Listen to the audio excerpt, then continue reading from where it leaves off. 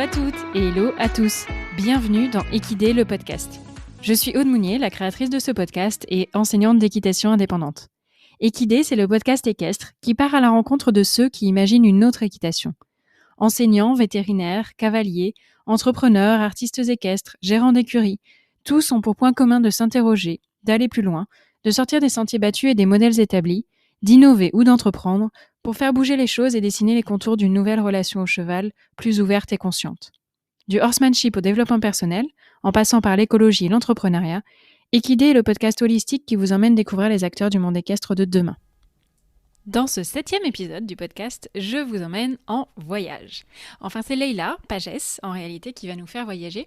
Leïla, c'est la réalisatrice du documentaire Sans attache, que j'ai eu le plaisir de visionner pendant le premier confinement en avril dernier, après des longs mois à suivre son aventure sur les réseaux sociaux.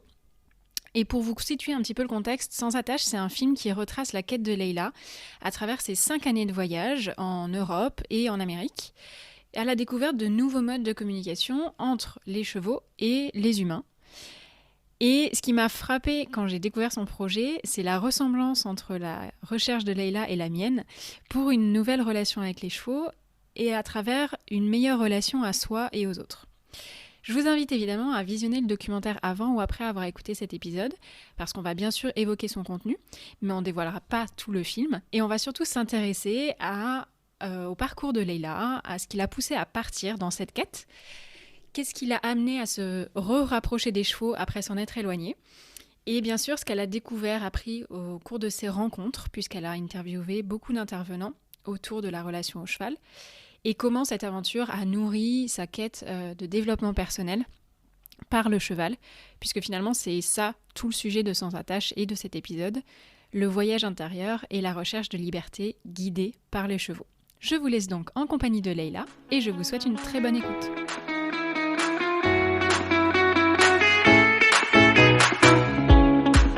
Hello Leïla, et merci d'avoir accepté mon invitation. Bonjour à toi, et merci à toi de m'avoir invitée. Pour démarrer, est-ce que tu peux nous retracer un petit peu ton parcours auprès des chevaux ? On va parler donc de ton film Sans attache. Est-ce que tu peux nous faire un peu ton parcours à peu près jusqu'au film, ou en tout cas ta relation aux chevaux jusqu'à ce moment-là, grosso modo ? Oui, alors j'ai commencé très jeune. J'avais la chance d'avoir mon oncle et ma tante qui avaient un poney club pas très loin de chez moi. Donc j'ai été très vite en relation avec les chevaux. Et donc j'ai commencé vraiment de manière assez ludique. C'était un poney club avec vraiment une bonne ambiance. Donc ça c'était chouette parce que j'ai pas connu tout de suite le côté très restrictif qu'il peut y avoir dans les centres équestres. Donc pendant une bonne dizaine d'années j'ai monté à cheval, à poney. Et puis il y a quelque chose qui était intéressant je trouvais, c'est que passé, je crois c'était 14 ans, 13 ou 14 ans, on passait automatiquement à cheval, on passait de poney à cheval, et d'un coup l'ambiance était totalement différente. Donc pendant 2 ans, je suis passée à cheval, et là, c'était beaucoup plus ambiance sérieuse, plus compétition, etc. Donc là, j'ai commencé à sentir qu'il y avait quelque chose qui bloquait beaucoup. Alors que toute mon enfance, ça avait été vraiment le bonheur de monter à cheval, la simplicité, le fun. Et là, d'un coup, on passait sur quelque chose de très sérieux, compliqué, et ça me correspondait plus beaucoup. Donc, ce que j'ai fait, c'est que j'ai trouvé un autre poney club où ils prenaient les gens au-delà de 14 ans. Moi, j'ai vraiment essayé de prolonger l'expérience poney club le plus longtemps possible. Donc là, on repartait dans du jeu, dans quelque chose de vraiment, vraiment sympa. Donc, je passais mes galops quand même au fur et à mesure. Je suis allée jusqu'au galop 6. Et à partir d'un certain âge, j'étais quand même trop grande pour monter à poney, pardon.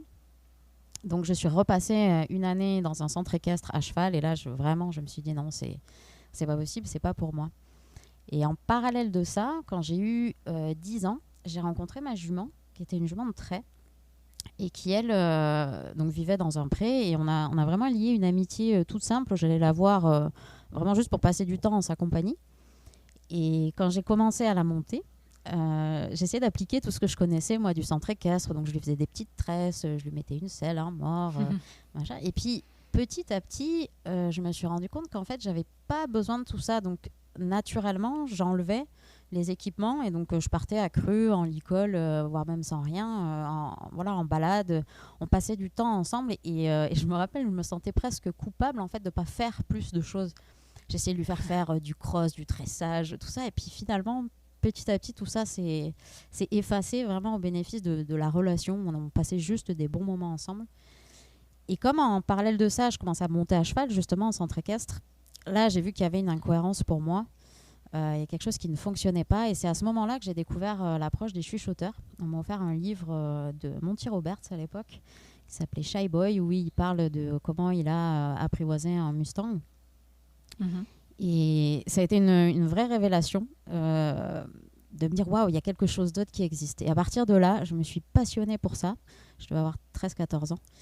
Et donc, je lisais tous les livres qu'il y avait à l'époque. Je me sens très vieille quand je dis ça, mais à l'époque, il n'y avait pas Internet. Il n'y avait pas autant d'informations. C'était pas aussi développé. Et surtout en Europe. Donc, moi, je ne rêvais que d'une chose, c'était d'aller aux États-Unis apprendre des chuchoteurs. Et je pense que jusqu'à l'année de la terminale, pour moi, dans ma tête, c'était très clair que plus tard dans la vie, juste après le bac, je partais aux États-Unis rencontrer des chuchoteurs. Ah ouais. Ouais, ça, c'était même pas, il n'y avait pas de doute en fait dans ma tête. Sauf que, arrivé en terminale, on m'a dit mais tu rêves un petit peu, ça n'existe pas, ça, il va falloir penser à un métier sérieux. Donc là, j'ai fait tout ce que j'ai pu. L'année terminale, j'ai fait beaucoup de recherches sur tous les métiers qui existaient autour du cheval. Et je me rendais compte qu'il y en avait quasiment aucun en fait qui me permettait d'être en relation avec les chevaux de la manière dont moi je le percevais et je souhaitais être en relation avec les chevaux. Donc petit à petit, j'ai un petit peu abandonné ce rêve-là. Et donc passé l'année de la terminale, j'ai arrêté en fait d'être en contact avec les chevaux parce que juste je ne trouvais pas de manière d'être en contact avec les chevaux sans que ce soit via un centre équestre, donc qui ne me convenait pas. Donc voilà, ça s'est fait assez progressivement, mais ça m'a un petit peu dégoûtée de me dire il n'y a que cette manière de faire si on veut être professionnel dans le milieu. Donc, D'accord. Parce qu'à la toute base, est-ce que tu arrives à te souvenir de ce qui t'avait motivé à t'inscrire, à te rapprocher des chevaux, en dehors du fait que tu avais des gens dans ta famille qui avaient un centre équestre, mais tu te souviens ce qui t'avait attiré? C'était très naturel en fait. Comme vraiment, je te dis, c'était très jeune. Je pense à 2-3 ans, on commençait à me mettre sur des chevaux. C'était un peu une évidence pour moi d'être en contact proche avec les chevaux. Il n'y avait pas de questionnement possible. C'était aussi des moments, je pense que c'était à peu près les seuls moments où j'arrivais à être moi-même. J'étais assez réservée quand j'étais plus jeune, un petit peu renfermée. Et du coup, les chevaux me permettaient vraiment d'être moi-même. Ça, c'était quelque chose qui m'attirait beaucoup. Ok. Du coup, tu arrives à 18 ans, tu trouves pas un endroit qui te corresponde vraiment, en tout cas pour pratiquer de la façon dont tu l'envisages. Ouais. Et finalement, tu pars dans une toute autre voie professionnelle. Et alors, comment ça s'est passé? Qu'est-ce qui fait que finalement, tu en es venu à te rapprocher des chevaux et à mener cette quête un peu, quelque part, qui t'a mené à faire ce film sans attache? Ça a été vraiment le départ pour une nouvelle aventure, ce départ au Canada. C'était en 2012. Donc, je suis partie pendant quelques mois. J'ai voyagé à travers le pays pour découvrir un peu. J'ai traversé le pays en minivan d'ouest en est. Et j'ai atterri au Québec où finalement, je cherchais un emploi. Peu importe l'emploi, mais moi, je pensais plutôt à quelque chose dans l'audiovisuel. Donc, j'ai cherché dans l'audiovisuel. Mais quand même, j'envoyais des petites candidatures dans les centres équestres. Alors, j'ai commencé en tant que palefrenière bénévole dans un centre équestre. Petit à petit, je remettais un pied dedans, mais je n'osais pas trop. Et puis finalement, j'ai postulé pour une offre je crois que l'offre, c'était palefrenier. Et au moment de l'entretien d'embauche, on me parle d'équitation naturelle. On me dit, nous, on est un centre équestre qui à la base était plutôt traditionnel. Et là, on vise à vraiment changer notre approche pour l'équitation naturelle. Et on cherche une personne qu'on puisse former à l'équitation naturelle pour qu'elle puisse être instructrice. Donc là, moi, je tombe des nues. Je me dis, mais c'est ce que je cherchais depuis toujours. Je me dis, oh là là, le boulot de rêve. Ouais, c'est clair, le hasard de fou, quoi. Ouais. Et ça a été... D'ailleurs, l'entretien d'embauche a duré 3 jours. En fait, il y avait une période de test pendant 3 jours. On était plusieurs candidates à faire plusieurs activités professionnelles et voir comment un peu on s'en sortait. Et j'ai vécu quelque chose qui m'a beaucoup marqué à ce moment-là. On a mis quelques chevaux dans un manège, 4-5 chevaux, en liberté. Et nous, on était derrière une vitre en train de les observer. On avait un petit questionnaire à remplir qui nous demandait Par exemple, qu'est-ce qu'on observait justement comme interaction, quel cheval était le plus sensible, voilà, des questions sur les comportements des chevaux, des questions assez simples. Et je me rendais compte que je ne savais répondre à aucune question. Et ça, c'était un vrai choc parce que je me suis dit, j'ai passé 15 ans auprès des chevaux et en fait, je ne sais pas ce qu'ils se disent, je ne sais pas où ils regardent, je ne sais pas dans quel état émotionnel ils sont. Et vraiment, ça a été un gros choc de me rendre compte de ça. Et je réalise aujourd'hui que c'est le cas pour beaucoup de monde. On n'apprend pas en fait ça. Donc ça m'a d'autant plus motivée à vouloir me former là-dedans. Ouais, on n'apprend pas à observer le cheval, on apprend à l'utiliser. Ouais, on n'apprend pas à le connaître en fait. Donc on se fait notre idée, alors déjà de ce qu'on nous dit des chevaux, souvent, celui-là il est comme ci, il est comme ça, il est capricieux, il est ci, avec toutes les interprétations humaines qu'il peut y avoir derrière. Mais on n'apprend pas à connaître le cheval en tant qu'espèce, souvent.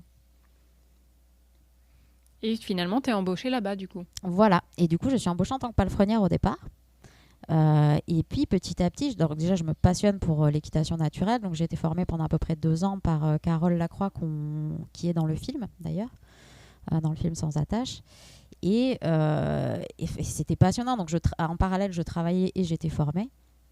Et plus j'apprenais de choses et plus j'étais à la fois assommée par la quantité de choses que je ne savais pas encore. Je me disais, oh là là, je voyais l'étendue des choses à apprendre, mais en même temps passionnée et hyper épanouie par ce que je découvrais. Et puis le fait de travailler, de revenir à un travail qui était plutôt en campagne, entouré de chevaux, pour moi, là, c'était vraiment le bonheur. Est-ce que c'était le job idéal ? Est-ce que tu dis, ça y est, en fait, c'est ça qu'il me fallait depuis tout ce temps ? Ouais, vraiment, je sais que quand je suis rentrée au bout d'1 an en France, les gens ne me reconnaissaient pas, en fait, parce que d'un coup, je m'étais ouverte, en fait, énormément. Je découvrais toutes ces notions aussi de connexion, d'énergie, de ressenti, d'intuition. Beaucoup de choses que je ressentais avant, mais que je n'avais jamais exploré, dont j'avais jamais parlé non plus. Et là, d'un coup, ça m'ouvrait un monde de possibilités. Donc, j'étais fascinée. Et j'ai commencé assez rapidement à enseigner. Et là aussi, j'ai été fascinée, en fait, de voir que... j'ai été fascinée de voir la transformation des personnes après les séances, en fait. De voir que les personnes me disaient, mais attends, j'ai appliqué ça dans ma vie, en fait, avec... mon conjoint, mon enfant, mon ami, etc. Et ça marche, en fait. Donc, toutes les notions qu'on pouvait apprendre avec les chevaux, je voyais bien que ça transformait les personnes intérieurement. Et ça me fascinait. Et puis, j'avais aussi beaucoup de personnes qui étaient, par exemple, dans la cinquantaine, soixantaine, qui venaient et qui disaient, mais en fait, j'ai toujours voulu être proche des chevaux, mais justement, l'approche de centre équestre ne me convenait pas. Donc, moi, j'avais fait une croix dessus. Et qui redécouvraient le plaisir de la connexion, de la relation avec le cheval. Et je me suis dit, mais il y a vraiment un avenir là-dedans. Il faudrait que tout le monde sache que ça existe, cette chose-là, quoi. Donc, tu commençais à toucher... Pardon. Oui, vas-y. Tu commençais à toucher au développement personnel par cheval, finalement. Oui. Alors que l'équitation naturelle était peut-être plus centrée sur le cheval et son éducation, ou le comprendre, etc. Mais il y avait cet effet sur les humains aussi, quoi. Oui, ouais. Et puis après, Carole a beaucoup personnalisé aussi sa formation à ce moment-là sur l'impact humain. Donc moi, c'était pas vraiment encore des outils de coaching à proprement parler, mais en tout cas, c'était de mettre l'importance sur le fait que le cheval ressent ce qu'on ressent et que notre état intérieur compte pour beaucoup dans ce qu'on demande au cheval. Donc oui, c'est basé sur le fait qu'on veut que le cheval soit le mieux possible, qu'il comprenne le mieux possible et lui expliquer de la manière la plus respectueuse possible. Mais ça passait par une transformation intérieure. Donc oui, là j'ai commencé. Et puis l'expérience vraiment de voir la transformation chez les autres. En plus de moi aussi, je me transformais au fur et à mesure, mais de voir l'impact sur les autres, ça a été vraiment une espèce de révélation. Je me suis dit, ah ouais, non mais là, il faut vraiment que ça s'étende au maximum. Donc à cette période-là, en plus, comme c'était une phase de transition pour l'écurie, et puis c'était très intéressant de voir comment passer d'un mode de fonctionnement traditionnel de centre équestre à un mode d'équitation naturelle, parce qu'il y avait beaucoup de changements à apporter. Par exemple, la durée des leçons. On ne pouvait pas faire des leçons d'1 heure. Quand on prône justement le bien-être, le fait d'être dans le moment présent, etc., on ne peut pas dire aux gens, dépêche-toi, il faut que tu arrives dans 2 minutes, la séance va durer 1 heure, etc. Parce qu'on disait, là, on va se mettre dans le temps du cheval. Donc, ça demandait de pouvoir soi-même se déposer et prendre son temps. Donc, une séance d'1 heure, c'était beaucoup trop court. Donc, petit à petit, on a fait des modifications comme ça. On a augmenté le temps qu'on passait avec les chevaux. On a augmenté le format aussi. Et puis, j'ai commencé à tester les stages à thème, de faire des stages d'une journée, par exemple, et avec un thème particulier pour voir un peu vers où on peut explorer. Donc là, j'explorais par moi-même un peu les outils de développement personnel avec le cheval. Mais c'était vraiment assez en autodidacte par rapport à, à ce que j'observais, à ce que je ressentais. Voilà, j'explorais un peu toute cette partie-là. Mais à ce moment-là, quand même, a commencé à germer l'idée. En fait, je me disais surtout, on a beaucoup à apprendre les uns des autres. Et je souhaitais vraiment qu'il y ait des partages entre les professionnels qui ont ces ouvertures-là. Et je trouve que c'est rigolo parce que c'est exactement la même démarche que tu as toi, en fait, avec ce podcast. D'aller à la rencontre des autres qui ouvrent des portes, qui ont découvert d'autres manières d'être avec les chevaux. Donc à ce moment-là, j'ai commencé à organiser des partenariats. J'ai commencé à contacter des professionnels de tout pays pour leur demander, par exemple, de venir donner des stages dans notre écurie ou pour aller chez eux, voir ce qu'ils faisaient. Parce que par moment, j'étais obligée de rentrer pendant quelques mois en France pour des questions de visa. Donc je me disais, tant qu'à faire, autant aller rencontrer des professionnels, apprendre auprès d'eux, partager ce qu'ils font.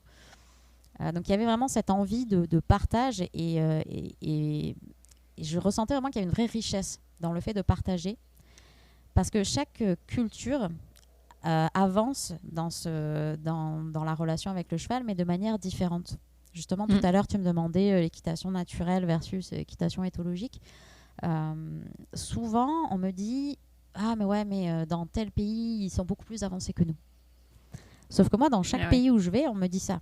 Donc c'est impossible. Il y a forcément, tu vois, il y a pas un pays qui est plus avancé que les autres. C'est qu'en fait, l'évolution, elle s'est faite de manière différente, souvent par rapport à la culture.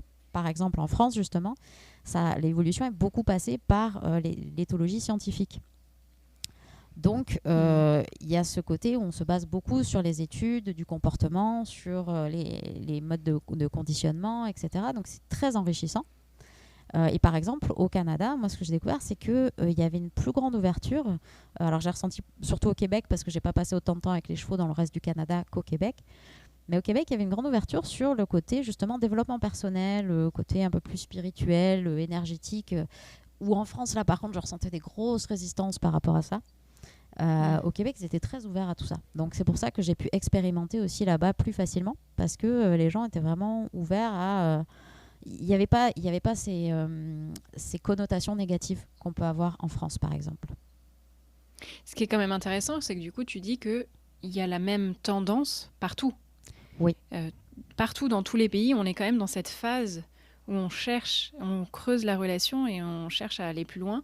Et après, tout le monde n'avance pas forcément sur les mêmes thématiques ou n'utilise pas forcément les mêmes moyens pour y arriver. Mais voilà, c'est quand même une préoccupation commune. Ça, c'est assez fort, je trouve. Ouais. Après, je précise quand même que c'est dans tous les pays où la relation avec le cheval est au stade de loisir. D'accord. Dans le sens où il y a quand même pas mal de pays où le cheval est encore un outil de travail. Oui. Et où là, du coup, il n'y a pas autant cette volonté d'être dans une relation respectueuse, de prendre le temps, etc. Il y a bien sûr des individus qui, de leur côté, essayent, mais il y a quand même un plus gros poids des traditions. Et ça fonctionne au final parce que le cheval travaille comme on lui demande, donc pourquoi changer les choses? Donc ça, je l'ai beaucoup ressenti par exemple en Patagonie et au Costa Rica aussi. Ok. Alors, ce qui apparaît pas forcément dans le docu, mais nous on en a un peu discuté, c'est que tu es restée 4 ans au Québec sur ce poste, donc tu étais devenue enseignante d'équitation naturelle, mais enseignante quand même, et tu es restée quand même une longue période là-bas. Et donc tu décides de partir interroger différentes personnes, en tout cas partir à leur rencontre déjà, et après potentiellement partager tes expériences. Encore une fois, c'est assez marrant parce que dans le film, je crois que j'ai réussi à rendre ça assez lisse, mon parcours. Ouais. Même si je montre les hauts et les bas, hein, mais ça a l'air très presque simple. En fait, ça s'est pas fait du jour au lendemain. Au début, en fait, je me suis dit que j'allais faire une chaîne YouTube avec un épisode par intervenant. Quelque chose d'assez simple où j'allais juste faire une interview par épisode. Et donc, ça me permettait de pas me prendre trop la tête et de me dire dès qu'il y a un intervenant qui me plaît, hop, je vais à sa rencontre et puis on fait une interview. Donc j'ai fait 2-3 petites interviews comme ça. D'ailleurs, j'ai une petite anecdote dans mes premières interviews parce que j'étais pas non plus formée entièrement au tournage. J'avais des bases, mais voilà, j'étais pas. Je me Oui, c'est considérais un autre métier que le montage, quoi. exactement. Et j'ai dû rentrer en France encore une fois à cause de mon visa. Et là, j'ai passé 2-3 mois dans le no man's land.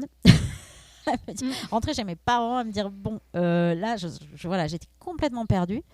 Mon projet était vraiment au stade de l'ébauche. Je me disais, bon, bah oui, une chaîne YouTube, mais il n'y avait rien de publié. J'avais filmé des choses, mais je ne publierai rien encore. Ouais. Et là, j'ai eu un moment je sais pas, de spontanéité où je suis allée sur Google. Et ça faisait longtemps que je voulais aller en Patagonie. J'en rêvais depuis longtemps. Et donc, je suis allée sur Google. J'ai tapé Patagonie, horsemanship, je sais plus, 2-3 mots-clés comme ça. Et je suis tombée sur un site de woofing. Donc, c'est quand on échange, on va travailler quelque part pendant quelques heures par jour et en échange, on peut être logé, nourri sur les lieux.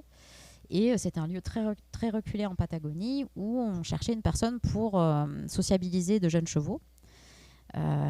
Et voilà, et vivre sur place. Donc là, tout de suite, j'ai fait OK. Alors, la décision, en fait, je me suis dit, c'est pour moi, mais la décision de partir n'a pas été facile parce que encore une fois, il y avait tous mes conditionnements culturels, éducationnels, etc. qui me disaient mais pourquoi tu pars là-bas, mais combien de temps et c'était presque pire d'en parler parce que en fait, les gens projetaient beaucoup leur peur aussi sur moi. De dire mais comment tu vas gagner ta vie après, mais combien de temps tu pars, mais qu'est-ce que ça va t'apporter. C'est des questionnements en plus qu'on se pose déjà soi, mais quand les autres les renforcent, ça fait douter beaucoup. Donc j'ai douté 1 mois ou 2 et j'ai finalement franchi le cap et je suis partie 3 mois au fin fond de la Patagonie. C'était un sacré voyage. Ça aussi, partir seule en voyage, ça m'a beaucoup aidé à prendre confiance en moi, à voir que quelles que soient les situations, je m'en sortais en fait. Du coup, tes voyages t'ont aussi emmené en Belgique, au Costa Rica, on va y revenir. Est-ce que tu penses que... Enfin, il fallait que tu partes à l'étranger pour avoir toutes ces leçons auprès des chevaux, pour vivre autant de choses. Est-ce qu'en France, il manquait des choses? Enfin, je ne sais pas si ma question est claire, mais Ouais. en dehors de l'aspect culturel, qui est évident quand on voyage, est-ce qu'en France, tu aurais pu trouver un peu ces mêmes leçons quelque part? Ou est-ce que le fait de partir à l'étranger était, entre guillemets, indispensable dans cette quête? C'est vraiment une très bonne question parce que après les projections, j'ai beaucoup de personnes qui me disent oui mais moi je peux pas partir en voyage, alors je fais comment? Enfin, je peux pas tout laisser tomber et partir à la quête à l'autre bout du monde. Et en fait, je pense que j'aurais pu trouver toutes ces clés de relations auprès des chevaux en France. Effectivement, il y a énormément d'endroits et de personnes très enrichissantes. Mais ce que ça m'a apporté, c'est de me découvrir moi hors de mes conditionnements culturels.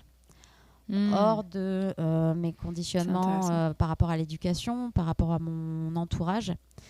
En fait, je me définissais par rapport à ce qu'on m'avait dit sur moi. Et le fait de partir à l'étranger, c'était un peu comme de recommencer à zéro. Les personnes me prenaient telle que j'étais au jour d'aujourd'hui, donc en tant qu'adulte. Et ça, c'est extrêmement important pour mon développement personnel, à moi. De prendre confiance en moi, de découvrir des capacités en moi que je ne connaissais pas, d'oser faire des pas en avant, parce que les personnes autour de moi vraiment m'encourageaient, me montraient mes forces aussi, et ça m'a beaucoup donné de courage pour aller vers l'avant, pour me rendre vulnérable, pour essayer de nouvelles choses. Et je pense qu'en France, peut-être, j'aurais eu plus de mal parce que j'étais un peu enfermée là-dedans. Et puis, parce que dans la partie conditionnement culturel, c'est quelque chose que je retrouve beaucoup auprès des participants des stages que je donne. C'est le fait en France, on n'ose pas l'échec en fait. On n'ose pas essayer par peur de l'échec. On a très très peur de l'échec, c'est très mal vu. Alors que par exemple aux États-Unis, c'est au contraire, c'est presque la culture de l'échec. C'est presque un plus d'avoir vécu des échecs parce que ça nous a apporté de l'expérience. On nous encourage. Voilà. En France, c'est un peu l'inverse. On nous demande beaucoup nos qualifications, nos diplômes. On a du mal à se sentir légitime souvent. C'est ce que je ressens beaucoup dans les personnes qui cherchent une relation auprès des chevaux. On a l'impression qu'il faut avoir fait 20 ans d'études, 20 ans de carrière, etc. Alors qu'à l'étranger, j'ai trouvé cette liberté-là aussi, d'oser faire des choses et de voir qu'en fait, non, c'était pas aussi compliqué que ce que ça avait l'air. Finalement, en fait, c'est surtout que ça te transformait, toi, encore plus en profondeur, quoi. Exactement. En parallèle de ta quête auprès des chevaux, on va dire, c'était vraiment toi, les transformations personnelles, elles étaient d'autant plus fortes qu'en fait, tu devais t'adapter à des nouvelles cultures. Ils te proposaient aussi un autre fonctionnement. Enfin, voilà, tu te retrouvais dans des situations totalement différentes de ce que tu aurais pu vivre en France. Exactement. Et puis, même dans la relation au cheval, en fait, ça m'a apporté aussi, comme je te disais, des ouvertures d'esprit. Ce dont je parlais par rapport à la Patagonie, c'est quelque chose que j'aurais pas forcément envisagé. Et c'est quelque chose qui me sert beaucoup. J'en ai beaucoup appris, en fait, d'observer les gauchos parce que, justement, en intellectualisant trop, en France, du coup, on est rendu à se prendre beaucoup la tête. Et moi, ça m'a permis un retour à la simplicité des fois et de découvrir d'autres cultures, des manières plus simples de faire qui ne me convenaient pas forcément à 100%, mais ça m'a permis de m'inspirer de ça aussi, de ces énergies-là, de cette manière de faire-là. Donc ça, peut-être j'aurais plus de mal à le retrouver en France, mais ça n'empêche pas que voilà, ça aurait pu. C'est juste que mon besoin à moi était celui-là, d'aller me découvrir moi. Et c'est vraiment ce qui a fait que j'ai décidé de me mettre dans le film Sans attache. Au départ, vraiment, c'était une idée de juste présenter des intervenants. Sauf que, du coup, ça m'a amené à voyager donc, dans 6 pays différents. Et je continue à filmer. J'ai commencé un peu à parler autour de moi de cette idée de projet, de peut-être chaîne YouTube. Et puis, un jour, ce qui a fait que je me suis vraiment dit ça va être un documentaire, j'ai vu le documentaire Blackfish sur les orques dans les parcs aquatiques, qui m'a beaucoup touchée parce que pendant tout le documentaire, en fait, on nous permet de découvrir le mode de vie naturel des orques et en parallèle, le mode de vie qu'ils ont dans les parcs aquatiques. Et du coup, le spectateur peut vraiment se faire son propre raisonnement jusqu'à la fin du documentaire où on parle d'un incident où une entraîneuse a été tuée par un orque justement dans un parc aquatique. Le film commence par ça, et puis au fur et à mesure où on découvre le comportement naturel des orques, etc., on finit par comprendre pourquoi c'est arrivé. Et ça m'a énormément inspirée. Je me suis dit, mais moi, c'est ça que je veux faire avec les chevaux. En fait, je ne veux pas prêcher la bonne parole, je ne veux pas dire aux gens, ça c'est bien, ça c'est mal, parce que moi-même, je suis en pleine évolution, en évolution permanente là-dessus. Mais je veux juste permettre d'ouvrir les consciences et de se poser des questions. Donc là, je me suis vraiment dit, ouais, un film, ce serait super chouette. Donc, je suis partie avec cette idée de film. Pendant mon passage en Belgique, où je suis allée rencontrer Karine Tiran, qui est aussi dans le film, je suis restée un mois ou deux chez des amis en Belgique avec qui j'avais fait mes études en audiovisuel. Et du coup, j'ai décidé de faire une bande-annonce du film, alors que le film n'était pas fait. Mais c'était l'idée que je me faisais du film. Je me suis dit, tiens, voilà, j'aimerais bien commencer à parler de ça autour de moi, que les gens, voir comment les gens réagissent. Enfin, voilà, je commençais à avoir envie de le partager. Donc, j'ai fait le montage de cette bande-annonce et puis j'ai commencé à faire un petit blog, un petit site internet. C'était tout petit, mais ça me permettait un peu d'acter sur le fait d'avancer dans ce projet-là. Et voilà. Et du coup, petit à petit, l'idée du film a vraiment pris. Et lors de mon dernier retour au Québec, on m'a proposé d'aller dans un séminaire en Arizona qui rassemblait beaucoup de professionnels. Et l'idée, c'était de rassembler des professionnels de tous les milieux, que ce soit justement équi-coaching, équitation éthologique, parage naturel. Il y avait des vétérinaires, il y avait des chercheurs. Et ça m'a fascinée. Je me suis dit, ça va être génial pour finir le documentaire d'aller dans un événement comme ça où tout le monde partage, parce que c'était vraiment l'état d'esprit du film, de partager, de s'enrichir les uns les autres. Donc j'ai fait le choix de partir là-bas, mais à ce moment-là, j'avais aucun budget. Donc ça a été une décision très difficile à prendre, parce que là, pour le coup, je me suis vraiment lancée dans l'inconnu. J'ai dû même faire un emprunt à ce moment-là pour financer le tournage. Et ça a été vraiment une décision pas facile à prendre, mais à ce moment-là, j'étais heureusement coachée. Et mon coach m'avait dit, mais tu sais, quand on s'engage, quand on ose et qu'on prend un risque, il y a plein d'opportunités qu'on n'avait pas prévues qui se présentent. C'est un fameux texte de Goethe. Et ça s'est vérifié depuis ces 5 dernières années à 100%. Donc effectivement, à partir du moment où j'ai décidé de partir faire ce tournage en Arizona, que je pensais être le dernier, il y a énormément d'opportunités qui se sont ouvertes et ça a été un gros déclencheur. Du coup, pour en savoir un peu plus, il faut regarder Sans attache. Donc, on va pas tout spoiler. Spoiler, ouais. Mais pour voir un peu tout le contenu de ces aventures, voilà, c'est super bien retracé dans le documentaire. Et la dernière grosse étape, en tout cas dans Sans attache, c'est le Costa Rica. Ouais. Donc ça, c'est 5 ans, je crois, après le fait que tu aies quitté Paris, grosso modo. Oui. Donc c'est quand Oui, même t'as bien calculé. une longue période de changement, de voyage, d'introspection, etc. Et quand tu pars au Costa Rica, euh, la suite, la grosse étape après, c'est vraiment donner vie à ce film-là, qui là aussi est un travail titanesque. Tu as énormément de travail à faire pour dérocher 5 ans d'images, savoir comment tu vas scénariser le film, etc. J'ai réalisé en fait que j'allais pas pouvoir le monter seul, ce film, que j'étais trop proche du sujet en fait pour pouvoir en faire le montage. Donc j'ai commencé à chercher un monteur vidéo. J'ai mis une annonce pour proposer de venir au Costa Rica un mois et m'aider à monter le film. Et en fait, ce sont 2 scénaristes qui m'ont contacté, qui m'ont donc par curiosité, du coup, je leur ai répondu. Et on a fait un échange Skype et à ce moment-là, ils m'ont dit nous, on trouve ton projet génial, on aimerait t'aider à le réaliser. Mais quand on parle avec toi, nous, on se dit que c'est vraiment ton histoire en fait qui serait intéressante à raconter. Parce que si tu racontes uniquement l'histoire des intervenants, déjà, tu vas avoir du mal à trouver un fil conducteur, puisque le fil conducteur, finalement, c'est toi, le fait que tu les rencontres. Et on risque de s'ennuyer. En fait, ça va être difficile de garder le rythme. Alors que quand on partage une histoire personnelle, on emmène les gens dans une histoire, dans une aventure. Et alors moi j'ai eu beaucoup de résistance face à ça. Je n'avais pas du tout envie d'apparaître dans le film. C'était hors de question au départ. Et puis petit à petit, en parlant avec eux, en parlant aussi avec Sally, donc l'équipe coach qui est ici, qui est devenue une amie, je me suis dit, ouais, c'est vrai que peut-être qu'il y aurait quelque chose. Donc, finalement, ces 2 scénaristes-là, Orion et Louise, d'Extra Systole Productions, sont venus pendant un mois. Et on a travaillé ensemble sur comment écrire ce film. Donc aussi comment résumer cette histoire, comme là j'ai essayé de la résumer, mais voilà, cette histoire de 5 ans, même plus que ça, puisque le parcours a commencé avant, de manière un peu claire et fluide et de manière à ce que ça soit pas trop long. Donc, ça m'a demandé de couper beaucoup d'intervenants. D'ailleurs, ça a été difficile. Il y a pas mal de personnes que j'ai interviewées ou rencontrées qui n'ont pas pu être dans le film. Ça m'a demandé de faire des choix difficiles. Il y a plein de choses que j'avais envie de partager, voilà, que j'ai pas forcément pu mettre dans le film parce que ça rentrait pas dans la trame. Mais ça a été à la fois libérateur parce que ça me donnait une solution aussi pour le terminer, ce film. Et à la fois, c'était très, très, très vulnérable parce que je me suis dit... quand je vais le montrer, enfin, je réalisais que j'allais le montrer ce film, et je me suis dit, mais en fait, je vais passer pour une incompétente. Enfin, j'avais plein de peurs liées au jugement des autres, vraiment.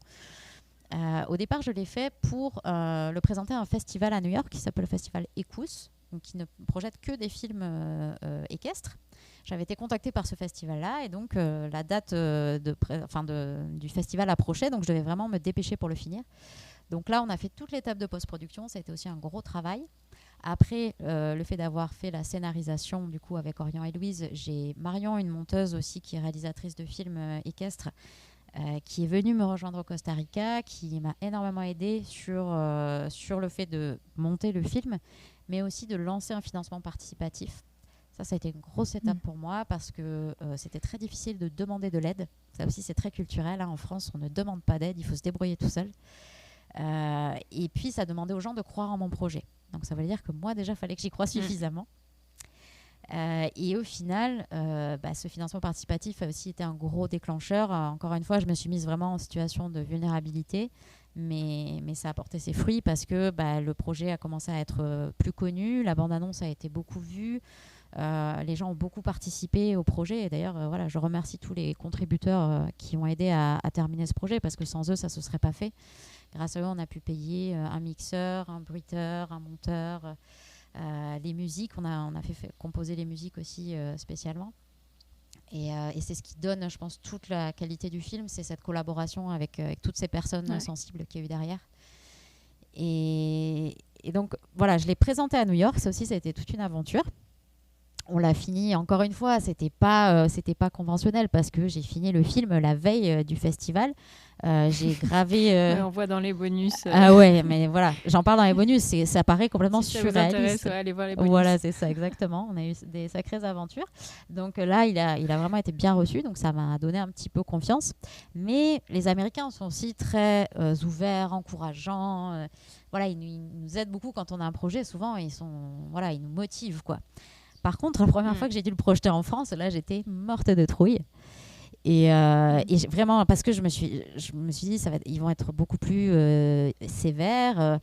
Comment ils vont voir le fait que c'est pas finalement un film. Je me suis dit, c'est pas un film éducatif finalement, c'est pas un film pédagogique. Je raconte mon histoire. Est-ce qu'ils vont s'attendre à ça? Est-ce qu'ils vont être déçus? Enfin, voilà, je me posais énormément de questions. Et finalement, il a été très très bien reçu. Ça a en fait eu un impact auquel je ne m'attendais pas du tout. C'est-à-dire que c'est venu... déjà, beaucoup de gens se sont identifiés à mon parcours. Le fait d'avoir commencé en centre équestre, d'avoir erré un peu, d'avoir essayé plein de choses, mais de ne pas se retrouver dans les approches qui étaient proposées, d'avoir des hauts et des bas, de sentir plein de moments de défaite aussi dans le film. Je montre vraiment des moments où je galère, où je comprends plus les chevaux, où j'ai l'impression qu'il me manque plein d'outils. Et ça a énormément parlé aux gens. Parce que c'est vrai qu'il y a peu de personnes finalement qui en parlent, de ces moments d'échec, de doute, de galère. Et c'est très important. Parce que quand les gens s'essayent, du coup, souvent on se décourage très vite. On se décourage parce qu'on a l'impression que nous, on n'y arrive pas et que les autres, ils y arrivent. Oui, et puis je pense qu'on est nombreux à se retrouver dans ce profil un peu... j'ai été attirée par les poneys, les chevaux, et puis finalement, j'ai dû suivre un parcours un peu classique parce que c'est comme ça que c'est enseigné dans la plupart des centres équestres. Mais à un moment ou à un autre, j'ai voulu chercher autre chose et je l'entends beaucoup ce parcours. Ouais, c'est même le mien aussi. Ouais. Je crois que c'est vraiment et d'ailleurs, ça fait écho à la première scène de Sans attache. On va pas tout dévoiler, mais elle est publiée cette scène. En fait, on pourrait être nombreux à se reconnaître là-dedans, et tu le dis très bien dans les bonus. En fait, c'est que on peut s'identifier à cette petite fille qu'on voit au début, et après on peut s'identifier aussi sur ta vidéo de concours, et du coup très vite on se dit mais en fait on a tous un peu les mêmes questions, en tout cas tous. Toi t'as les mêmes questions que nous, et finalement le voir mis en image, voir tout ce parcours, toute cette réflexion, on se dit je suis pas seule, et il y a un côté un peu réconfortant de se dire que c'est une quête qui est assez commune finalement. Elle n'est pas encore assez peut-être dite, on n'en parle peut-être pas encore assez, mais je trouve que c'est de plus en plus quelque chose qu'on entend en tout cas. Oui, et je pense que c'est vraiment ça qui a fait que les gens ont été autant touchés par le film. C'est que on se sent très seul, et moi ça m'a beaucoup touchée d'ailleurs, parce que après ça le film a été projeté en salle de cinéma, donc moi j'ai fait une tournée de projection avec le film. Et c'était absolument génial d'avoir les retours en direct des personnes, de comment ils avaient ressenti le film et qui partageaient leurs histoires. Parce que même, du coup, au sein de la salle, les gens découvraient qu'il y avait d'autres personnes dans le public qui avaient vécu ça aussi. Donc, c'était comme une validation aussi de ce qu'ils ressentaient eux-mêmes, de cet isolement, exactement ce que tu dis. Je ne suis pas tout seul, et ça, c'est énorme en fait. Parce que c'est ça qui fait qu'on doute de soi, qu'on se décourage, parce qu'il y a beaucoup de personnes qui se retrouvent dans des situations, par exemple avec leur cheval dans une écurie un peu plus classique, avec beaucoup de personnes qui jugent autour, et c'est très difficile de garder son cap, de continuer à garder ses valeurs et de faire confiance à son intuition quand tout le monde autour nous fait douter. Donc là, c'était génial. Il y a plein de rencontres qui se sont faites comme ça. Les intervenants du film aussi ont commencé à co-animer des stages ensemble. Ils ne se connaissaient pas au départ. Et ça a créé plein de ponts entre les gens. Et j'ai trouvé ça super, parce que c'était vraiment mon intention de me dire, j'ai envie que les gens puissent se rencontrer, se retrouver là-dedans. Et du coup, le fait aussi de partager ce parcours personnel, il y avait un côté beaucoup plus ouvert. À aucun moment, en fait, dans le film, je dis c'est ça qu'il faut faire, c'est ça qui est bien. Je dis simplement, voilà ce que j'ai ressenti, voilà ce que j'ai vécu, voilà les moments difficiles et les moments vraiment de révélation. Et ça parle énormément, et ça montre aussi que c'est un chemin. C'est pas on n'arrive pas du jour au lendemain à comprendre les chevaux, à avoir tout compris. Voilà, ça c'est vraiment important, parce qu'il y a une idéalisation, beaucoup, en grande partie grâce aux à cause des réseaux sociaux. Les réseaux sociaux ont un très bel avantage du coup de connecter les gens, mais on a très vite fait d'idéaliser ce que font les autres. Et moi j'ai remarqué que moi compris en fait les gens des fois idéalisent complètement mon parcours et ma vie même d'aujourd'hui. Tu vois pourquoi ? Parce qu'on est beaucoup plus spontané à partager des moments de joie et de réussite c'est sûr, c'est beaucoup plus facile. Moi je sais que les moments difficiles, j'ai besoin de les intérioriser en premier, et après par contre je fais en sorte de les partager, mais une fois que j'y suis passée, une fois que j'ai compris, une fois que j'ai intégré un peu ce qui s'est passé, et le fait de partager plus de réussite entre guillemets, ou de moments de joie et de choses qui vont bien, c'est souvent perçu comme leur vie maintenant à eux c'est que ça, alors que moi je galère. Oui, et puis je pense que t'en parlais tout à l'heure, il y a l'aspect culturel. En France, on est quand même très à pas trop parler des échecs, pas trop parler des difficultés. Enfin voilà, c'est aussi peut-être parce qu'on est français qu'on a un peu ces blocages-là. C'est assez fort, le blocage culturel, parce qu'effectivement, par exemple, en Belgique, je ne l'ai pas rencontré. C'était très intéressant aussi de voyager avec le film, parce que les réactions au film étaient très différentes selon les pays. Ça, j'ai trouvé ça très chouette. Et même lors des stages, je vois que les problématiques ou les challenges que peuvent rencontrer les gens ne sont pas les mêmes en fonction de notre culture. Mais justement, je trouve que c'est ce qui est intéressant dans le film, c'est de voir tes difficultés et les moments où on voit qu'il y a quelque chose qui change, etc. Et puis finalement, tu te confrontes à d'autres difficultés et puis tu es de nouveau perdu. Et ça, c'est un peu le quotidien quand on est cavalier. Alors moi, j'entends par cavalier n'importe quelle personne qui a un rapport avec les chevaux, qu'on monte ou pas, mais c'est notre quotidien de se dire « Ah, génial, j'ai enfin compris ça, ok, il y a tel truc qui est débloqué » et le lendemain, en fait, on fait face à autre chose et il faut de nouveau creuser, il faut de nouveau se remettre en question. Et ça, dans le film, je trouve que justement, c'est vachement bien... Enfin, on s'identifie justement à ça.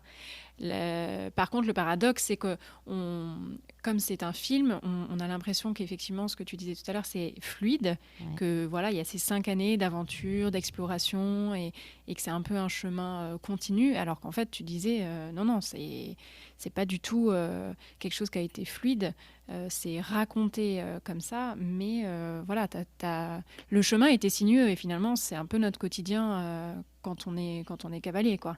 Je ne crois pas connaître un seul cavalier qui est estimé avoir eu une progression linéaire, qui n'ait jamais fait de pas en arrière quand il pensait en avoir fait 3 en avant. Enfin voilà, c'est... Et ça, je trouve qu'on le ressent vraiment bien dans le film. Oui, mais parce que en fait, j'ai dû choisir les moments les plus importants à raconter dans le film, pour pas qu'il dure 4 heures, quoi. Puis pour que ça reste aussi intéressant, qu'on suive l'histoire. Donc tout ce qui est dans le film est effectivement vrai, c'est vraiment ce qui s'est passé, mais il y avait des détails qui étaient moins importants à raconter dans le film, mais ce qui donne effectivement un aspect un peu plus fluide. Mais comme tu dis, j'ai essayé au maximum de montrer les gros moments difficiles. Souvent les gens sont surpris, par exemple, que le burn-out arrive après que j'ai découvert ce travail dans les chevaux. Mais c'est ça que je trouve aussi intéressant, c'est de se dire c'est pas une évidence en fait, comme tu disais, c'est pas parce que là hop, il y a un truc qui se passe super bien que d'un coup la vie est parfaite, et encore aujourd'hui je partage au quotidien le fait que oui, je rencontre encore des challenges, des incompréhensions avec les chevaux, c'est vraiment important quoi, de se rendre compte que c'est un chemin perpétuel et puis que chacun fait un chemin différent. Et du coup, ça m'amène, tu vois, à rajouter quelque chose sur ta question de tout à l'heure. Est-ce que le fait d'être parti à l'étranger ou pas, ça a été un facteur ? Ce que je trouve absolument génial, c'est qu'en fait, c'est ça que les chevaux nous amènent à faire. Ils nous font faire un voyage, ils nous font faire un chemin qu'on n'aurait peut-être pas fait si on ne les avait pas rencontrés, en fait. Comme tu disais, un jour ça va bien, le lendemain ça va plus. Ça nous fait faire une évolution vraiment qui n'est pas fluide, qui rencontre plein de hauts et de bas, mais intérieurement, du coup, ça nous pousse à grandir, à évoluer, à s'ouvrir. Il y a une phrase qui m'a marquée, moi, dans Sans attache. Est-ce que toi, tu penses que les chevaux sont là pour nous aider ? C'est une phrase qui a beaucoup fait débat dans ce film. Oui, c'est une des intervenantes qui dit ça. Moi, je trouve ça hyper intéressant comme idée à explorer. Ouais, c'est à explorer. Alors, en fait, moi, je pense que les chevaux veulent nous aider. Il y a vraiment... En fait, ils ont une curiosité interespèce qui me fascine. Un petit peu comme les dauphins, les orques, les éléphants et beaucoup d'animaux qui ont une grande intelligence sociale et émotionnelle. On sent vraiment une curiosité interespèce. Donc, ils ont une curiosité envers l'humain que moi, je ne soupçonnais pas. Au départ, je me disais, c'est nous qui avons voulu être en contact avec eux. Donc, on leur impose plein de trucs. Essayons de le faire de la manière la plus respectueuse possible. Et c'est vrai que cette expérience de plusieurs années à assister à de l'équi-coaching, c'est vraiment très, très, très impressionnant. De voir par exemple un même cheval réagir de manière complètement différente avec une personne et avec une autre, et puis surtout la présence qu'ils ont pour accompagner la personne qui vit quelque chose de difficile. Ils sont vraiment là, ils pourraient aller ailleurs, mais non, ils sont présents, ils sont là, on sent, et puis quand on le vit soi-même en tant que participant, on ressent vraiment leur énergie de soutien, etc. Il y a vraiment quelque chose de particulier. Alors je ne sais pas si je pourrais dire que les choses sont là pour nous aider, ça serait peut-être un peu prétentieux aussi, dans le sens où si leur existence était uniquement liée à aider les humains, ce serait un peu nous placer au centre, au centre du monde. Mais il y a vraiment, en tout cas... Non, je suis d'accord avec ta formulation, en tout cas, qu'ils veulent nous aider. Je suis plus alignée avec ça, effectivement. Oui. Et après, le pourquoi, par exemple, ce que dit Sally dans le film, qui est très intéressant aussi, elle dit, mais eux, ce qu'ils veulent, et Elsa Sinclair aussi dit ça dans le film, eux, ils veulent des compagnons, des compagnons sur lesquels ils peuvent compter. Et donc, ça passe sur le fait qu'on soit présent. Et pour être présent, mais si on est encombré par plein d'émotions, on n'est pas présent. Donc, souvent, ils vont nous aider à évacuer ces émotions pour nous permettre d'être complètement présents. Donc, c'est pour ça que je dis, je ne suis pas sûre qu'ils sont là pour nous aider, mais en tout cas, quand on est en leur présence, on sent qu'il y a une vraie volonté pour eux, qu'on retrouve une forme de paix intérieure. Ils sont vraiment... et entre eux aussi, ils vivent ça. Mais une volonté de nous permettre d'exprimer nos émotions. C'est très impressionnant, vraiment, parce que des fois, sans presque rien faire, juste leur énergie, on a des gens tout de suite qui se mettent à pleurer, qui se mettent à vivre des grosses émotions, alors que dans le visible, le cheval a presque rien fait. Donc ça, c'est quand même, il y a une partie mystique que moi je trouve géniale, et j'ai presque pas envie de mettre des mots dessus, parce que ça reste, pour moi, il y a un aspect assez magique là-dedans. Je trouve que c'est bien illustré dans la cérémonie où le cheval choisit son humain dans Sans attache. On laissera les gens regarder, mais je trouve que ce moment-là, c'est fort, quoi. C'est un peu la dimension mystique là dont tu parlais, je trouve. Oui, en fait, on peut quand même expliquer vite fait que c'est donc en début de stage, effectivement, on permet au cheval de choisir la personne avec qui il veut travailler. Donc oui, c'est en tout cas pour y être passé, et ça c'est génial que je l'ai vécu en tant que participante en premier, c'est vraiment une expérience à vivre, très difficile à raconter. J'ai eu beaucoup de mal d'ailleurs à la raconter dans le film. Elle est différente pour tout le monde, mais en tout cas c'est très fort, parce que en fait les humains, donc pendant cet exercice, ont les yeux bandés, et ce sont les chevaux qui se présentent à eux. Donc on part à la rencontre de l'autre sans tout ce qu'il peut y avoir de jugement visuel. Même inconscient en fait, mais souvent on va se dire moi je préfère les grands chevaux, les petits chevaux, les juments, les hongres, les pintos, les machins. On a en fait des critères, on va tout de suite analyser avec nos yeux, et quand on n'a plus nos yeux, on se fie à tous nos autres sens, et là on est vraiment dans le ressenti très fort de la présence. On découvre l'autre par sa présence. C'est quand même assez génial comme expérience, et c'est très très fort. Ce que vivent les personnes à ce moment-là, c'est très très fort. Il y a une autre notion qui est intéressante, donc quand on parle développement personnel dans Sans attache, la notion de cerveau gauche et droit. Donc on va dire que schématiquement, il y a notre côté un peu raisonné et notre côté émotionnel qui s'opposent. Et je trouve que ça fait assez écho à la façon dont on conçoit l'équitation.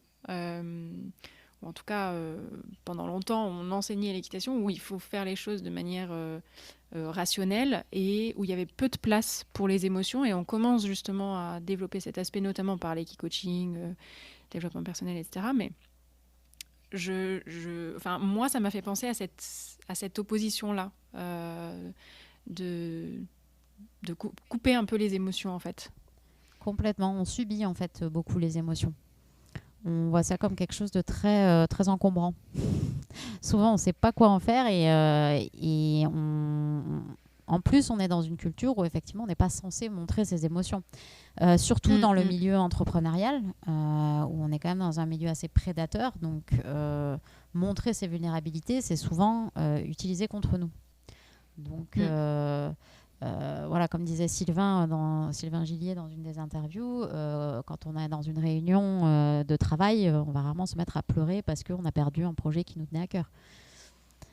On apprend en fait dès tout petit à intérioriser nos émotions, à ne pas les exprimer parce que c'est mal vu, c'est pas quelque chose de correct. Alors il y a quelques émotions qui sont bien vues, mais même la joie, l'enthousiasme, ce sont des choses qu'on réprime en fait. Et moi je dois réapprendre pendant les stages aux gens à exprimer leur joie. Parce que très souvent c'est ah oui ok bon et alors la suite, je dis mais regarde ça c'est génial, c'est super, tu vois, enthousiasme-toi parce qu'il y a vraiment quelque chose de très très chouette là et on apprend vraiment pas à les exprimer. Donc effectivement, dans le film Sally en parle de cette manière-là, cerveau gauche, cerveau droit. Peu importe le mot qu'on met dessus, mais effectivement, on a une partie en nous qui est vraiment basée sur le rationnel et qui est aussi utile parce que ça nous protège. Parfois, ça nous permet de nous mettre en vigilance. Si on ne suit que ses émotions, on peut parfois se perdre là-dedans. Donc, notre partie rationnelle a vraiment un rôle à jouer. Mais dans notre culture occidentale, il est très prédominant et par contre, on n'explore pas du tout notre monde émotionnel en fait. Et ce qui est dit dans le film, que je trouve assez juste, c'est qu'en fait, pour les chevaux, ça c'est Linda Kohanov qui le dit, pour les chevaux, les émotions, ce sont des informations. Donc plutôt que de les subir, c'est de se mettre à l'écoute de ces émotions. Et ça, c'est une grande leçon que nous apprennent les chevaux. C'est pour ça que les chevaux sont si bons là-dedans. C'est que, pour donner un exemple très simple, une émotion de peur, par exemple, quand on vit un peu au milieu des chevaux, on se rend compte que dès qu'un des chevaux ressent une émotion de peur, ça se transmet dans tout le troupeau. Et en gros, le message de la peur, il y a bien une information derrière, c'est tu es en danger, ton intégrité physique est en danger en ce moment. Donc, il y a un message à percevoir. Et le message, c'est comment je peux me mettre en sécurité. Donc les chevaux, par exemple, la plupart du temps, vont plutôt choisir l'option de courir, enfin de s'échapper, de fuir.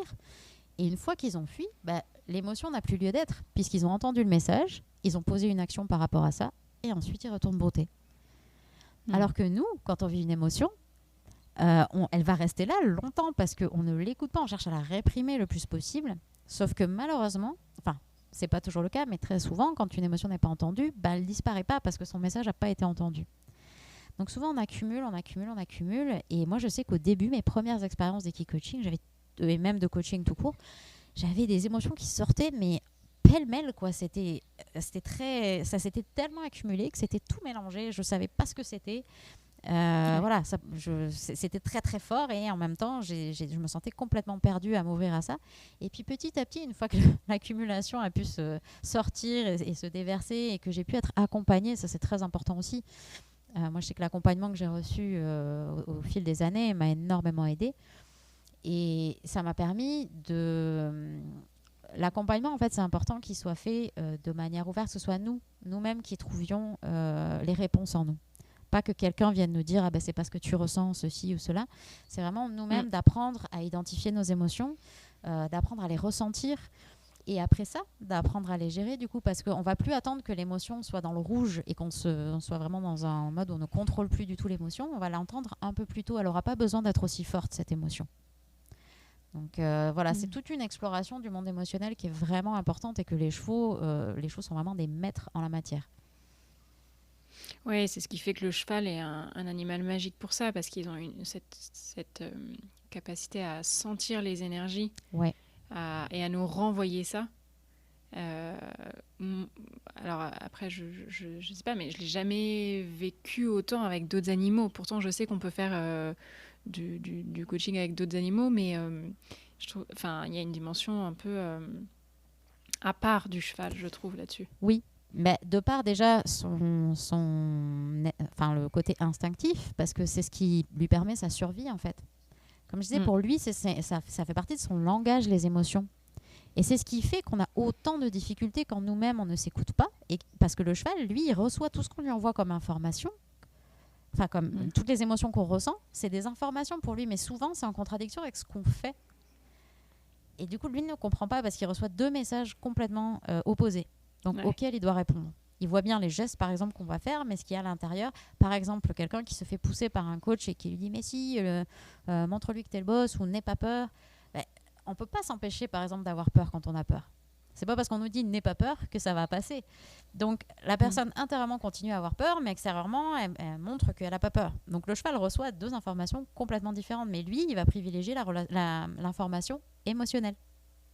Donc, c'est ce qui fait que c'est si difficile. Enfin, quand on rencontre autant de difficultés, de conflits, de challenges, parce qu'on ne se rend pas compte que ce qu'on renvoie, en fait, pour le cheval, c'est de l'information, parce qu'on n'en est même pas conscient souvent de ce qui se passe à l'intérieur. Donc, c'est la première étape, c'est vraiment cela, c'est de conscientiser grâce au cheval ce qui se passe. Donc, je pense qu'il y a un côté survie, parce que lui, s'il n'écoute pas les messages émotionnels, par exemple, s'il n'écoute pas le fait que son voisin a peur, ben, il va se faire manger par le lion.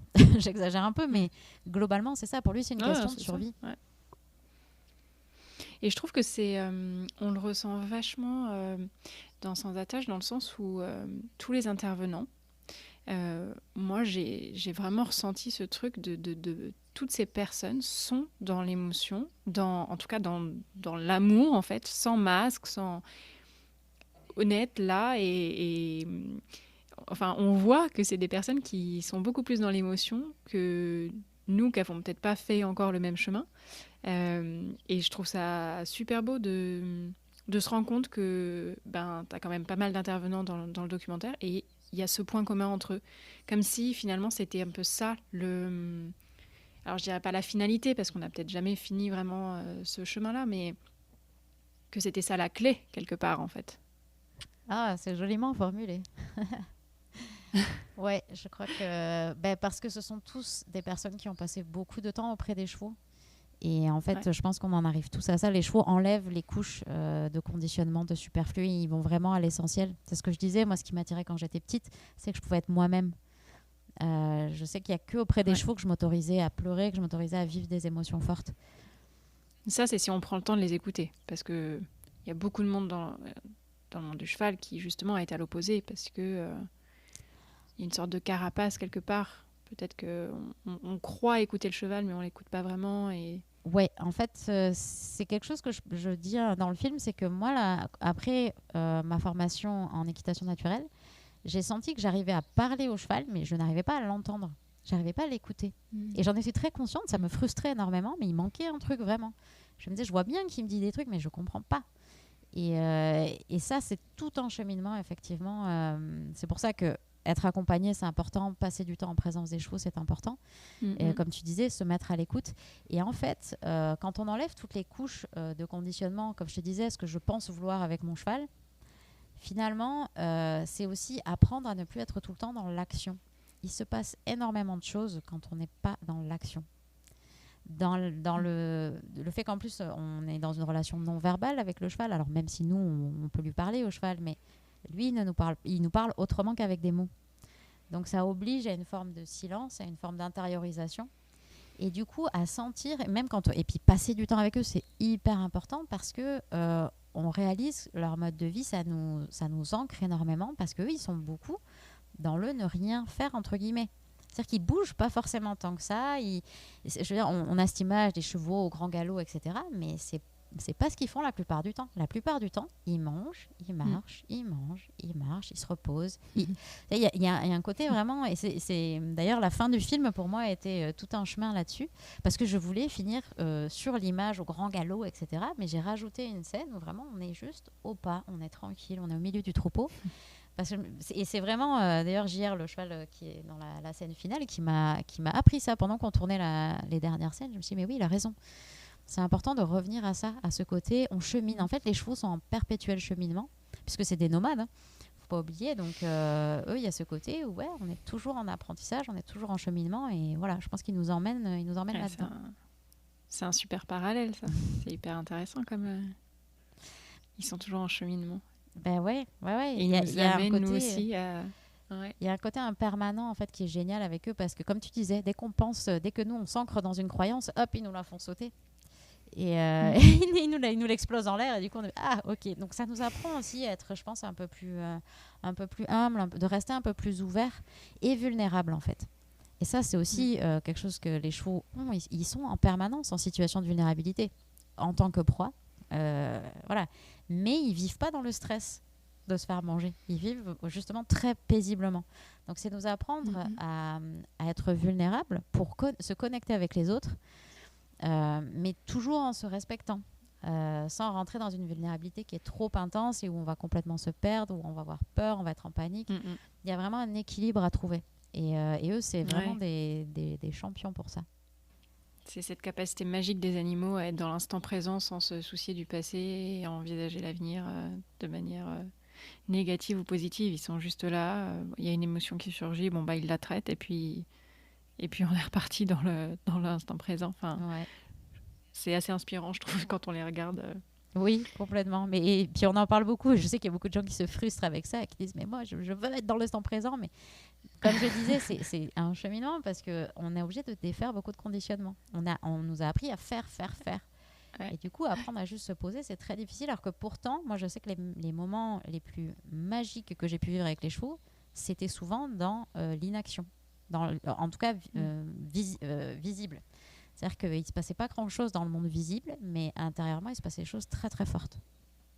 Alors comment tu as évolué depuis ce qu'on voit dans Sans attache, depuis la fin du documentaire? Est-ce que tu as trouvé un équilibre? Quel est cet équilibre?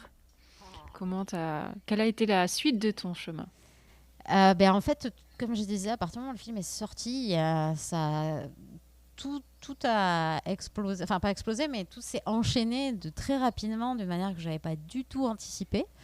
Donc les gens voulaient projeter le film, donc j'ai commencé à accompagner le film en Europe, puis à avoir des stages, donc j'ai commencé à donner des stages en Europe, et puis on m'a demandé si on pouvait venir au Costa Rica, donc j'ai commencé à organiser des stages au Costa Rica. Ça a été un espèce de tourbillon.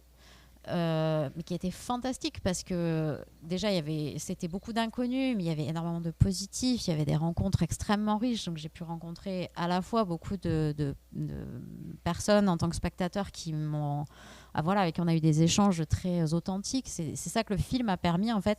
Moi je me suis mise vulnérable en me montrant dans le film. Et du coup, c'est comme si ça donnait l'autorisation aux gens d'être vulnérables avec moi. Et ça a été vraiment... Du coup, on a tout de suite une connexion authentique. Et ça, moi, j'ai trouvé ça absolument magnifique. J'ai rencontré des professionnels géniaux, beaucoup. Et ça a aussi été super parce que moi, j'étais un petit peu dans mon coin à faire mon petit truc. Et là, ça m'a amené une énorme ouverture. Et puis aussi, ça m'a montré en fait tout ce que j'avais pu intégrer et apprendre. Souvent sans m'en rendre compte ou sans que ce soit aussi conscient là, le fait de transmettre. Finalement ça m'a vraiment montré que à la fois c'était très simple mais que j'ai pu en fait voir les challenges que rencontrent les autres et je peux comprendre pourquoi, parce que j'ai le recul justement des conditionnements aussi culturels, de tout ce que nous impose notre culture en France. Je pense que ça c'est un énorme atout pour la transmission. Parce que ça m'a permis de prendre du recul et de me dire, oui, c'est normal en fait que beaucoup de personnes réagissent comme ça parce qu'on nous a appris ça. Donc ça m'aide aussi à accompagner les gens. Parce que souvent, quand on découvre que le cheval nous aide, par exemple, ou ressent toutes nos émotions, il y a beaucoup de gens qui se mettent à culpabiliser, qui disent mais du coup, je projette trop de trucs sur mon cheval, je sais, c'est ma faute, etc. Et c'est vraiment pas le but en fait. Le but, c'est vraiment de partir à la découverte de soi et de l'autre. Donc ça passe par des prises de conscience qui sont pas toujours agréables. Mais l'important, c'est son intention, en fait. C'est qu'on va passer par des moments où on aura fait trop ou pas assez, où on aura été trop vite ou pas assez vite, etc. Mais c'est tout le but du chemin. Et plus on va s'écouter et écouter le cheval, et moins ce sera désagréable et difficile. Plus on le prendra avec philosophie. Du coup, ça m'évoquait quand on a préparé cet épisode, qu'on disait que cette aventure, finalement... T'avais voulu repartir à la rencontre des chevaux, mais que ça t'avait aussi changé dans ton rapport aux humains. Énormément. Parce que mieux comprendre les chevaux, c'est aussi mieux comprendre les humains finalement. Du coup, c'est mieux se comprendre soi en tant qu'humain, déjà. Et oui, effectivement, ce que je disais tout à l'heure, c'est que en fait, je me suis vraiment fascinée pour le comportement humain parce que je me suis dit, si je comprends pas comment l'humain fonctionne, je peux pas lui transmettre ce que moi j'ai pu apprendre du cheval. Donc, parce que si j'arrive tout de suite, par exemple, si j'y vais trop fort avec une personne, ou bien, il y a vraiment de ressentir d'abord la personne, de se mettre d'abord à l'écoute de la personne. Les chevaux m'ont appris à me mettre d'abord à leur écoute. Et du coup, j'ai vraiment appris ça. Se mettre à l'écoute, ça a été un long chemin. Et j'ai encore beaucoup je pense, de choses à apprendre là-dessus. Mais ça a été la base. Et du coup, quand on se met à l'écoute dans la relation avec le cheval, on se met à l'écoute dans toutes ses relations. Donc voilà, pour moi, c'était un peu Maintenant, ça devient un peu plus une évidence parce que, comme je te disais au début, quand j'ai commencé à enseigner, de voir que chaque personne réalisait que les challenges qu'il rencontrait avec son cheval, c'est souvent des challenges qu'il rencontre dans la vie parce que notre communication, elle est la même en fait avec les chevaux, avec les humains, avec notre chien. Voilà. On a souvent les mêmes schémas, les mêmes schémas émotionnels, les mêmes réactions, les mêmes comportements. Et de commencer à les conscientiser du coup et à les observer, c'est déjà un gros pas. Ça nous aide énormément. Et le cheval nous aide là-dedans. C'est pour ça que l'équicoaching en fait est ouvert à tout le monde parce que ça nous aide juste à prendre conscience de comment on communique avec l'extérieur. S'il y avait une suite à Sans Attache, ou en tout cas sur la suite de ton chemin, qu'est-ce qu'on pourrait te souhaiter ? C'est quoi la suite quand on en est là où tu en es dans ton cheminement, dans ton parcours, auprès des chevaux en tout cas ? Quelle pourrait être la continuité ? Qu'est-ce qu'on pourrait te souhaiter ? Oh là, c'est une bonne question. Mais en fait, j'avoue qu'aujourd'hui, ça m'a amené une certaine forme de sérénité et puis je suis beaucoup dans l'appréciation en fait de ce qui est là.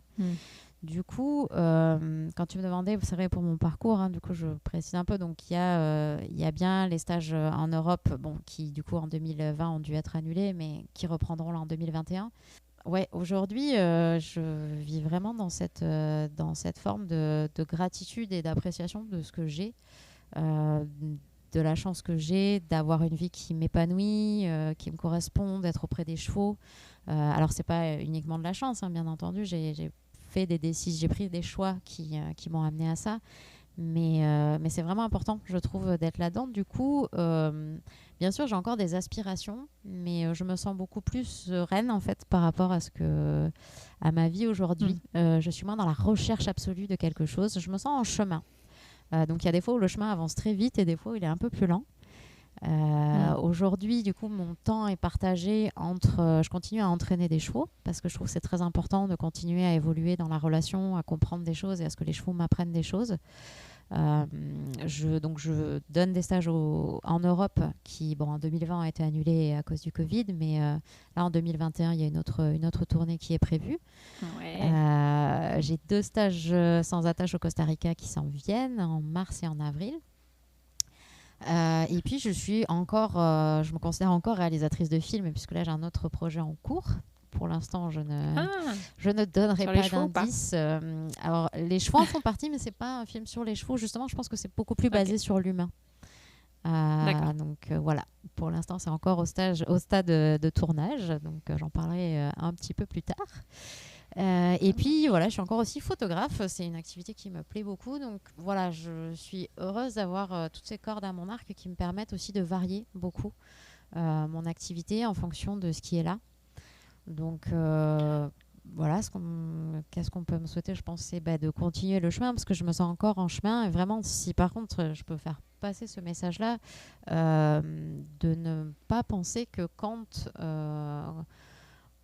on a une vie épanouie et qu'on se sent bien dans sa vie, on a tout réussi, on a tout compris et tout est facile. C'est vraiment important parce qu'il y a cette espèce de recherche d'idéal, je remarque beaucoup, par l'image qui est renvoyée des autres et dont je fais partie, hein, sans nécessairement le vouloir, mais cette image où on a atteint, comme si on avait atteint le sommet de la montagne, alors qu'en fait, non, on est toujours en cheminement. Simplement, on a peut-être marché un peu plus longtemps, mais c'est un cheminement perpétuel. Donc oui, il y a encore des hauts et des bas. Je découvre encore plein de subtilités dans l'émotionnel, que ce soit uniquement humain ou entre humains et chevaux. Donc moi, ce que je souhaite, c'est aller vers le plus de subtilité possible, puisque, comme le dit le film, je travaille au maximum à être dans une relation qui est sans attache, donc sans forcer le cheval. Mais aussi d'être le plus possible dans une relation inconditionnelle. Donc d'accepter l'autre tel qu'il est, de ne pas projeter toutes mes attentes sur lui, d'avoir une relation qui est épanouissante pour les deux, et ça autant avec les chevaux qu'avec les humains.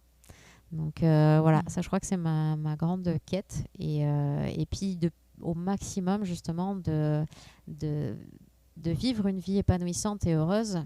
Grâce à tout ce que j'ai pu apprendre, j'ai beaucoup d'outils qui me permettent justement de rester dans l'appréciation, dans le fait de réaliser le chemin parcouru aussi. Et puis voilà, aller de l'avant et aller d'aller toujours explorer. Je pense que ça, c'est vraiment moi, je suis toujours dans l'exploration. Là, par exemple, je suis en train aussi de lancer une formation en ligne pour l'accompagnement entre humains et chevaux, pour accompagner la relation. Top.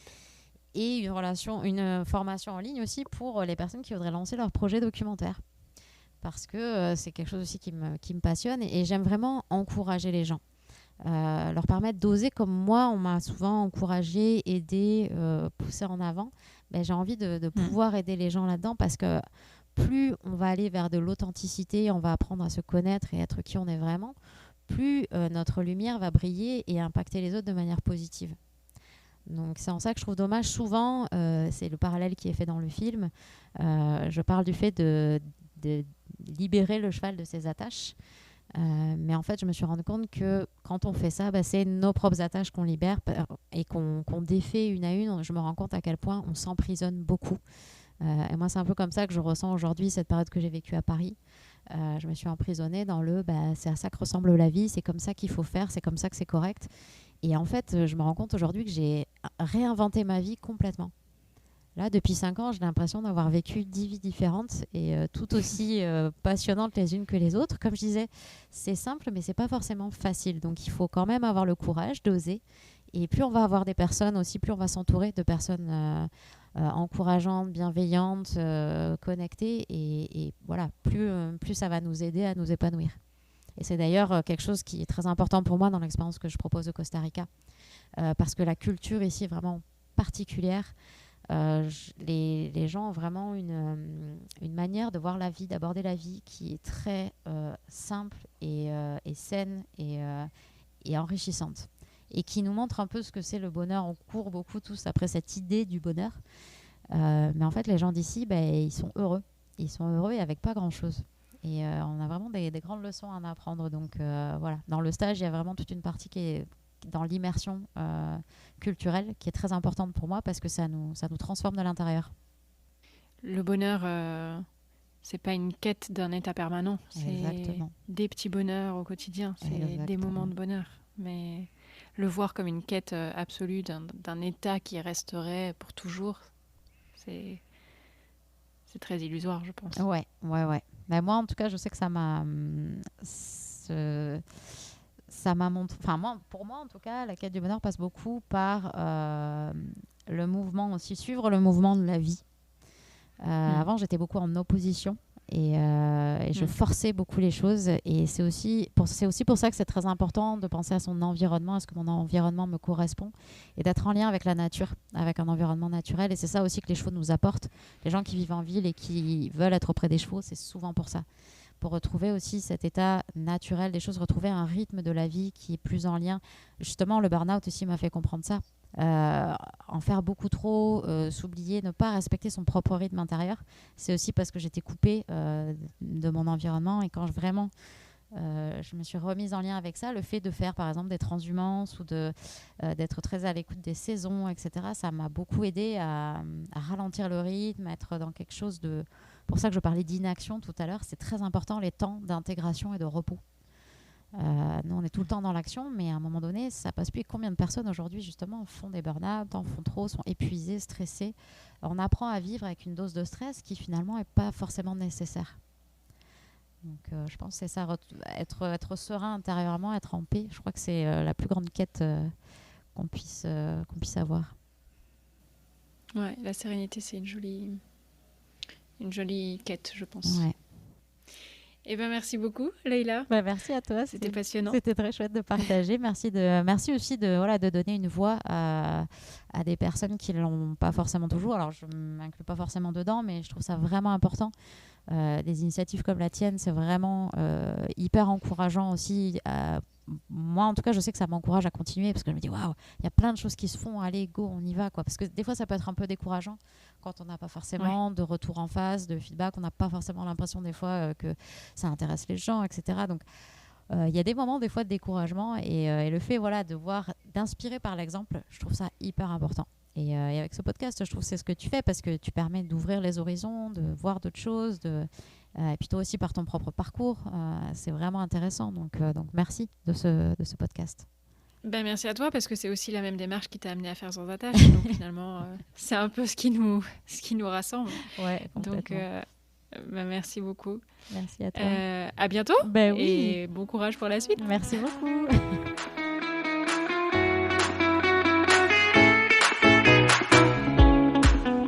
C'était Leïla Pagès, réalisatrice du documentaire Sans attache.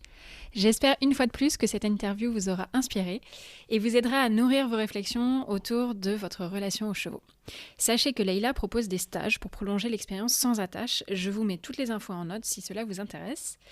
Je crois personnellement que ce qu'on peut retenir de cet épisode, c'est que la recherche d'une meilleure relation avec nos chevaux passe par la découverte de notre propre liberté à nous et que c'est un chemin long et sinueux, c'est ce que je dis souvent dans ce podcast, qui doit nous apprendre à écouter et à déconstruire ce que nous croyons savoir pour mieux accueillir ce qui est.